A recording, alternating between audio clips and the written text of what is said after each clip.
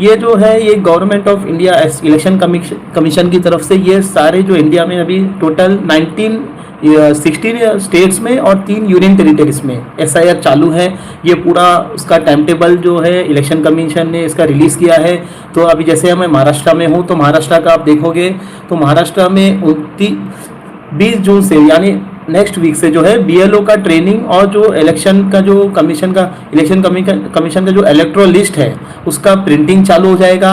जो बीएलओ आपके घर पर विजिट करेंगे जो डेटा लेकर उसका प्रिंटिंग वगैरह 20 जून से चालू हो जाएगा। मतलब 20 जून के पहले तक का जो रिकॉर्ड है वो फ्रीज हो जाएगा, वो डेटा के बेसिस पे ही आगे एसआईआर मैपिंग होगा। वैसे ही आप देखोगे तो तेलंगाना में 15 जून को लास्ट ये डेट है, बीएलओ को ट्रेनिंग चालू हो जाएगा और उनको डेटा प्रिंट करके दे दिया जाएगा। वैसा अरुणाचल प्रदेश के आंध्र प्रदेश के अंदर अरुणाचल प्रदेश में 5 जून से ऑलरेडी चालू हो चुका है। तो ये पूरा जो कैलेंडर है अभी मेन है कि बीएलओ हमारे घर पर विजिट कब करेंगे। तो ये आप जैसे देखिए महाराष्ट्र में, झारखंड, कर्नाटका में, दिल्ली में 30 जून से बीएलओ आपके घर पे आना चालू हो जाएंगे एनुमरेशन फॉर्म के लिए। तेलंगाना में, पंजाब में 25 जून से आएंगे, आंध्र प्रदेश में, हरियाणा में, अरुणाचल प्रदेश में 15 जून से आएंगे, यानी कल से चालू हो जाएगा बीएलओ विजिट के लिए ये स्टेट्स के अंदर। वैसे भी और भी स्टेट्स है, उत्तराखंड है, नागालैंड है, त्रिपुरा है। तो ये सारे जो बीएलओ का है वेरिफिकेशन जो है ये जो डेट दिया है हाउस टू हाउस वेरिफिकेशन का वो चालू हो जाएगा। अच्छा, इसमें क्या होगा आगे जाने के बाद,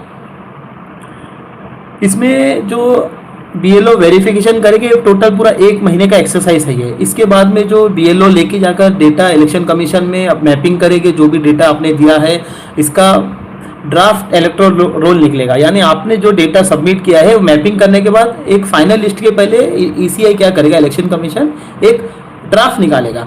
वो ड्राफ्ट आप लोगों को पब्लिश होगा, वेबसाइट पर होगा, ईसीआई नेट ऐप पर होगा। उसमें आपको चेक करना है कि आपका नाम वो लिस्ट में आया है या नहीं आया है। ठीक है, तो ये ड्राफ्ट होगा, ये अभी तक फाइनल नहीं होगा।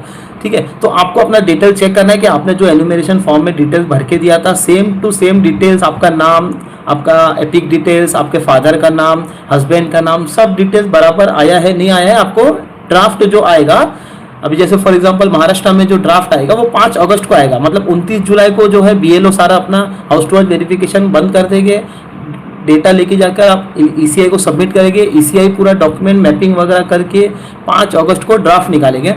उसके बाद में जो है ड्राफ्ट निकलने के बाद आपको चेक करने के बाद आप अगर उसमें आपको कुछ ऑब्जेक्शंस होता है तो आप अपना क्वेरी रेज कर सकते हैं, और कुछ क्लेम्स करना है आपको क्लेम्स कर सकते हैं और ऑब्जेक्शन रेज कर सकते हैं। तो ये जो आप पीरियड दिख रहे हैं, period for filing claims and objection, ये जो पीरियड में के बेस ये जो पीरियड दिख रहा है इसके बीच में ही आप अपना जो क्लेम है वो कर सकते हैं। अगर आपको लगता है जो इलेक्टोरल जो ड्राफ्ट निकला है उसके अंदर कुछ करेक्शन है, चेंजेस है, तो ये पीरियड के बीच में ही आप लोग करेक्शन के लिए अप्लाई कर सकते हैं।